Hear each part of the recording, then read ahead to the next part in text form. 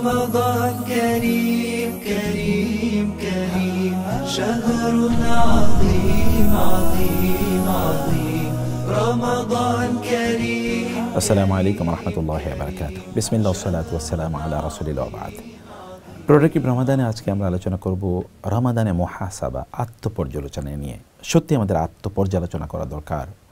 আমরা এতদিনে যেই আমলগুলো করেছি বা যে ইবাদত আমরা করেছি বা আমাদের যা করার কথা ছিল আমরা কি তা করতে পেরেছি? আমাদের প্রতিদিনই এই আত্মসমালোচনা করা দরকার। আল্লাহ তাআলা বলেছেন ইকরা কিতাবাক কাফা বিনাফসিকা আল-ইয়াওমা আলাইকা হাসিবা, তোমার নিজের আমলনামা তুমি নিজে পড়ো, তুমি নিজেই হিসাবকারী হিসাবে যথেষ্ট। ওমর রাদিয়াল্লাহু তাআলা বলতেন হাসিবু আনফুসাকুম ক্বাবলা আন তুহাসাবু, তোমাদের আল্লাহ তোমাদের হিসাব নেওয়ার পূর্বে তোমাদের নিজেদের হিসাব তোমরা নিজেরা নাও।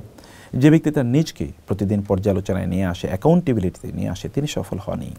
আমরা এই যে রমাদানে রোজা রাখছি, বলুন তো আমরা প্রতিদিন এই যে আজকে এতদিন রোজা রাখলাম, একটু নিজকে একটু দাঁড়া করান তো। প্রথম দিন আপনি যখন রোজা রেখেছেন, আপনি কি রোজা বিশুদ্ধ আল্লাহর জন্য আপনি করেছেন, এই নিয়তে আপনি করেছেন? আপনি কি বিসমিল্লাহ বলে আল্লাহ সুবহানাহু ওয়া তাআলার যাত্রাটা আপনি শুরু করেছেন? আপনি কি আনন্দিত চিত্তে এই রমাদানের রোজাগুলোকে আপনি গ্রহণ করেছেন? এটি আপনি একবার নিজে চিন্তা করুন। এবং 2 নম্বর রমাদানে আপনি একটু চিন্তা করুন যে প্রথম রোজাটা কেমন গিয়েছে। আপনি একটু চিন্তা করে দেখুন তো, আপনি প্রথম দিন যেভাবে কাটানোর কথা ছিল সেভাবে আপনি কাটিয়েছেন কিনা, প্রোডাক্টিভলি এটা কাটাতে পারলেন না নাকি এটা আনপ্রোডাক্টিভ ছিল, কোথাও কোথাও মিসিং ছিল, এগুলো আপনি একটু নোট ডাউন করুন, কাগজ কলম নিন এবং আপনি যতটুকু মনে থাকে ততটুকু একটু আপনি নোট ডাউন করুন। তৃতীয় রমাদানের কথা আমরা বলছি। এবার আপনি দেখেন যে রমাদানে আপনি সময়গুলো কীভাবে কাটিয়েছেন। আপনি টেলিভিশন দেখে, ঘুমিয়ে, অথবা মুভি দেখে, অথবা গল্প করে, আড্ডা দিয়ে এরকমভাবে কাটিয়েছেন, নাকি আপনি ইবাদতের মধ্যে আপনার সময়গুলো কাটিয়েছেন? আপনি মানে নাকি দুনিয়ার বিভিন্ন কাজে ব্যস্ততা, চাকরি বাকরি, ব্যবসা বাণিজ্য ইত্যাদি নিয়ে আপনি কাটিয়েছেন? তো আপনি প্রোডাক্টিভ মানে কি দুটো, দুনিয়া এবং আখিরাতে দুটো আপনি সমানভাবে কাজ করেছেন, এটিকে আপনি করতে পেরেছেন? 3 নম্বরে তৃতীয় রমাদান আপনি এটা চিন্তা করুন। চতুর্থ রমাদানে এবার আপনার সামনে নিয়ে আসুন এবং আপনি দেখুন তো এই রমাদানে আজকের দিনটি আপনার কেমন গিয়েছে। আপনি কি আজকে কয়টা ভালো কাজ করেছেন বা কয়টা মন্দ কাজ আপনি করেছেন, এবং আজকের দিনে আপনার প্রোডাক্টিভ করার জন্য আর কি কি করার ইস্যু ছিল সেগুলো আপনি করতে পেরেছেন কিনা, নাকি সেগুলো আপনি করেন নাই? ব্যস্ত লাইফস্টাইলের মধ্যে আপনার সবগুলো ইবাদত সময় মতো আপনি করতে পেরেছেন কিনা, এগুলো একটু আপনি হিসাব নিকাশে নিয়ে আসুন।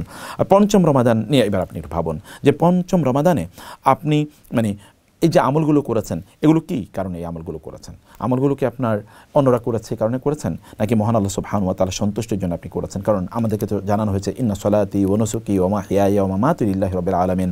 আমাদেরকে এই কথা বলতে হবে যে আমাদের জীবন মরণ, আমাদের ইবাদত এবং আমাদের কোরবানি সব আল্লাহর জন্য। অতএব এই অনুভূতি কি আমার মধ্যে প্রগাঢ় বা শক্তিশালী হয়েছে কিনা? ষষ্ঠ রমাদান ব্যাপারে এবার একটু চিন্তা করে দেখুন তো, আপনি কয় ঘন্টা ঘুমিয়েছিলেন ডেইলি? আপনার কত ঘন্টা ঘুমানোর কথা ছিল, কতটুকু ঘুমিয়েছেন? কতটুকু খাবার খাওয়ার কথা ছিল, কতটুকু খাবার খেয়েছেন? নিয়মিত ব্যায়াম আপনি করেছেন কিনা? আপনি ফিটনেস ঠিক মতো রাখতে পেরেছেন কিনা? কিয়ামুল লাইল বা তাহাজ্জুদ আপনি আদায় করেছেন কিনা? এগুলো আপনি একটু দেখুন। এবং সপ্তম রমাদান এবার আসুন। আপনি সপ্তম রমাদান নিয়ে এবার আপনি একটু চিন্তা করুন তো, আপনার রমাদান কি আল্লাহ সুবহানাহু ওয়া তাআলা কবুল করছেন কিনা বা করেছেন কিনা? আর আমাদের রমাদান কবুল করেছেন কিনা এটা বোঝার জন্য তো আমরা কী পরিমাণ কোরআন তেলাওয়াত করেছি, কী পরিমাণ ইবাদতে আমরা নিজেদেরকে মানে উপভোগ করতে পেরেছি ইবাদতটা, এটা কিন্তু একটা বড় একটা বিষয়। আমরা কি ঠিকমতো প্রতিদিন সাহারি খেতে পেরেছি কিনা, ইফতার ঠিকমতো করতে পেরেছি কিনা, এখানে আমাদের সাহারি এবং ইফতারের বাইরে আমাদের আধ্যাত্মিক উন্নয়ন ঠিকমতো হয়েছে কিনা, এটি একটু দেখার বিষয় আছে। অষ্টম রমাদানে একটু চিন্তা করে দেখুন তো যে এই রমাদানের আপনি শুরুটা কি করেছেন, মানে সকালবেলা আপনি কিভাবে শুরু করেছেন, আপনার সকালটা কি দিয়ে শুরু হয়েছে? আপনি কি ঘুম দিয়ে সকাল শুরু করেছেন, নাকি কোরআন তেলাওয়াত দিয়ে আপনি সকাল শুরু করেছেন? আপনি সাহারি কি ঠিকমতো খেয়েছেন? সাহারির পরের সময়টুকু আপনি কি ফজর নামাজ জামাতে আদায় করেছেন? আপনি কখন ঘুমিয়ে পড়েছিলেন? তারাবি পড়ে দ্রুত ঘুমিয়ে পড়েছেন, নাকি আপনি গভীর রাত পর্যন্ত আপনি বিভিন্নভাবে সময় কাটিয়েছেন? এটি আপনার চিন্তা করা দরকার। এবং নবম রমাদানে আপনি এবার হয়তোবা একটু চিন্তা করে দেখুন তো, আপনি ফজর নামাজের পর এরপরে আপনি ওই সময়টা আপনি কীভাবে কাটিয়েছেন? আপনি কি তখন কোরআন তেলাওয়াতের মাধ্যমে, তাসবিহ তাহলিলের মাধ্যমে, ইশরাকে সালাত আদায় করার মাধ্যমে আপনি এটি করেছেন, নাকি না আপনি অন্য দিনের মতো এর মধ্যে কোনো ডিফারেন্স আপনি তৈরি করেন নাই? দশম রমাদান সম্পর্কে আপনি একটু চিন্তা করে দেখুন তো, যদি এমন হয়ে থাকে যে আপনার সাহরি মিস হয়ে গিয়েছিল, তাহলে আপনি কী করেছেন? আপনি সাহরি মিস হয়ে গেলে আপনি ধরুন বিচলিত নয়, আপনি ফজর নামাজ আদায় করতেন, সাহরি খাওয়া হয় নাই, অতএব ঠিক আছে আজকে আর রোজা রাখবো না, ব্যাপারটি কি এমন হয়ে গিয়েছিল? আচ্ছা না, বরং আপনি সাহরি খাওয়া হয়নি, আল্লাহর উপর তাওয়াক্কুল রেখে আপনি আপনার রোজাকে অব্যাহত রাখলেন, এবং কষ্ট হলে আপনি জানেন যে পুরস্কার আল্লাহ তাআলা দেবেন, আপনি এনজয় করেছেন যে আজকে আমার কষ্ট হচ্ছে কিন্তু আমার রবের সাথে আমার প্রতিজ্ঞা যেটি আছে সেটি আমি অবশ্যই ঠিক রেখেছি। এইভাবে কি আপনি মানে আপনার কষ্ট হচ্ছে, তারপর আপনি কষ্টটাকে আল্লাহর জন্য কোরবানি করছেন কিনা, এরকম অনুভূতি তৈরি হচ্ছে। 11তম রমাদানে আপনি একবার চিন্তা করে দেখুন তো, রমাদানের 3 ভাগের 1 ভাগ তো শেষ হয়ে গেছে। মানে এখানে এসে আপনি দেখুন যে এই সময় আপনার পারফরমেন্সটা আপনি একটু পর্যালোচনা করুন। গত 10 দিনে আপনার উন্নতি হয়েছে কিনা, চরিত্রের উন্নতি হয়েছে কিনা, দৃশ্যমান কোনো পরিবর্তন আপনার মধ্যে এসেছে কিনা, আপনি ঠিকমতো রুটিন মেনটেন করতে পেরেছেন কিনা, আপনি যেই কাজটা যেই সময় করার কথা, যেমন সাহারি খাওয়া অথবা ইফতার খাওয়া অথবা কোরআন তেলাওয়াত করা, নামাজে অংশগ্রহণ করা, এগুলো আপনি ঠিকমতো করতে পেরেছেন কিনা। 12তম রমাদানে এসে আপনি এবার চিন্তা করে দেখুন তো এই সময় আপনি কি করেছেন। মানে এই সময় কিন্তু আমরা লোকজনকে দেখতে পাই যে একদল লোক, তারা ধরুন তারা খুব প্রথম কয়েকদিন তারা খুব ভালোভাবে কেটেছে, এখন কিন্তু তারা দারুণটা শুরুটা তাদের খুব দারুণ ছিল, কিন্তু এখন তারা কী করেছে, এখন তারা শপিং মলে ঘুরে ঘুরে বেড়ায়, তারা অন্যান্য কাজে আড্ডাবাজি করে ঘুরে ঘুরে বেড়ায়, অথবা দুনিয়ার বিভিন্ন কাজে তারা ঘুরে ঘুরে বেড়ায়। আপনি কি এরকম না? এরকম হলে আপনাকে এখনই পরিবর্তন করা দরকার ছিল, বা এখনও যদি আপনি চিন্তা করে দেখেন ওই সময় কি আপনার ইবাদতে একটু মানে হ্রাস তৈরি হয়েছে কিনা, এটা আপনি দেখুন। তাইলে এরপর আপনি কী মেজার নিয়েছিলেন সেটাকে রিভাইভ করার জন্য, এবং ভবিষ্যতে নিশ্চয়ই এগুলো আমরা এই জন্য বলছি যে ভবিষ্যতে আপনি নিজকে আপনি পরিবর্তন করবেন। 13তম রমাদানে সবচেয়ে আমরা যেটা মূলত আমাদের প্রোডাক্টিভ রমাদানের ক্ষেত্রে সবচেয়ে বড় বাধা হলো যে আমরা ধারাবাহিকভাবে কোনো কাজ করতে পারি না। আপনি 13তম রমাদানে এসে দেখুন তো আপনি কি কোরআন তেলাওয়াত করতে গিয়ে ক্লান্ত হয়ে যাচ্ছেন কিনা, বা আগের রেস আপনার নাই, অথবা ঈশার নামাজের পর আপনার এত লম্বা তারাবি পড়তে মনে হচ্ছেন আপনি বাসায় চলে এসেছেন, তাহলে বুঝতে হবে যে আপনি আসলে ক্লান্তির মধ্যে ছিলেন, আপনার ইবাদতের সে মজা আপনি পাননি। আচ্ছা 14তম রমাদানে এসে আপনি দেখুন তো আপনার মানসিক বাধাগুলো আপনি সব অতিক্রম করতে পেরেছেন কিনা। মানে এখন ইবাদতের ক্ষেত্রে আপনার কোনো মানসিক বাধা নেই, এখন আপনি অনেক তৃপ্তি পান, আপনি সকলে ইবাদত করলে আপনার আরও ভালো লাগে, আপনি স্বাদ পাচ্ছেন ইমানের, এরকম অবস্থা তৈরি হয়েছে কিনা।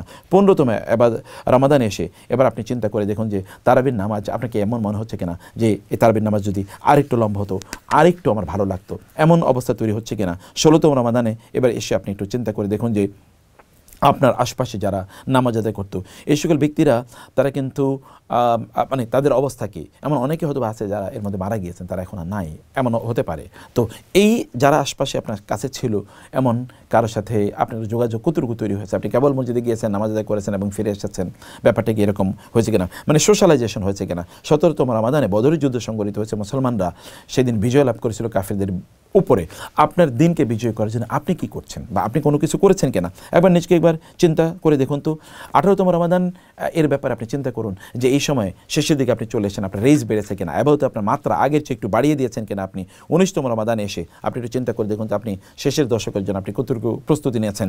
20তম রমাদান আপনি কি ইতিকাফের জন্য প্রস্তুতি নিয়েছিলেন, বা আপনি একটু নির্জনে আল্লাহর সাথে সময় কাটাবেন, এরকম কি আপনি কোনো চিন্তা করেছেন। 21তম রমাদানে আপনি তাহলে গত রাত যেটা লাইলাতুল কদরের অত্যন্ত সম্ভাবনাময় একটি রাত, সে রাতে আপনি কীভাবে কাটিয়েছেন, আপনি কি এই আবাদতগুলো করেছেন যে আবাদতগুলো আল্লাহ চান, আল্লাহ রাসূল যে আবাদতের দিক নির্দেশনা আমাদেরকে দিয়েছেন, এবং শেষের দশকগুলো আপনি কীভাবে কাটিয়েছেন, এখনও তো আপনি শেষের দশকে আছেন, কীভাবে আপনি কাটিয়েছেন। আপনি এবার চিন্তা করে দেখুন, যদি আপনি সেইভাবে আপনার রমাদানকে উদযাপন না করে যেতে পারেন, তাহলে এখন প্রতিজ্ঞা করুন যে বাকি কয়েকটি দিন আপনি আল্লাহর সাথে কানেক্টিভিটি আরও বাড়িয়ে দেবেন, এবং এই কাজটাকে আপনি অব্যাহত রাখবেন, কারণ এরপর আপনি শাওয়ালের রোজা রাখবেন। ঠিক এই কাজগুলো আপনি করবেন, এর মাধ্যমে কেবল আমাদের প্রোডাক্টিভিটি আমরা তৈরি করতে পারি, এর মাধ্যমে কেবলমাত্র আমাদের নিজেকে আমরা ইহতিসাবের মধ্যে নিয়ে আসতে পারি। মনে রাখবেন, আপনি যদি রমাদানে এবার চিন্তা করুন, এবার সর্বশেষ আপনি একটু ভাবুন নিজকে নিয়ে, আমি কি নিজকে আসলে পরিবর্তন করতে পেরেছি, আমি কি একটু ভালো হতে পেরেছি। আমার প্রতিবেশীরা অথবা আমার বাসায় যারা আমার সাথে থাকেন, আমার স্ত্রী, আমার স্বামী, আমার সন্তানরা, আমার পিতামাতা, আমার ভাই বোনরা, তারা কি বলবে না তোমাকে তো একটু পরিবর্তিত দেখতে পাচ্ছি। আমার ফ্রেন্ডরা, আমার কাজিনরা, তারা কি বলবে ও তুমি তো একটু ভালো হয়ে গেছো আগের চেয়ে, অথবা তুমি তো অনেক ইবাদতে তোমার যে অনেক আগ্রহ বেড়েছে। দৃশ্যমান কিনা পরিবর্তনগুলো, যদি না হয় তাহলে আমাদের কাঁদা দরকার, অথবা পরিবর্তনের জন্য এখনই অঙ্গীকার নেওয়া দরকার। আল্লাহ সুবহানাহু ওয়া তাআলা আমাদেরকে রমাদানের সঠিক স্পিরিট মেনটেন করে রমাদান উদযাপন করার, বাকি দিনগুলো উদযাপন করার তৌফিক দান করুন। আল্লাহুম্মা আমিন। আসসালামু আলাইকুম ওয়া রাহমাতুল্লাহ। رمضان كريم كريم كريم شهر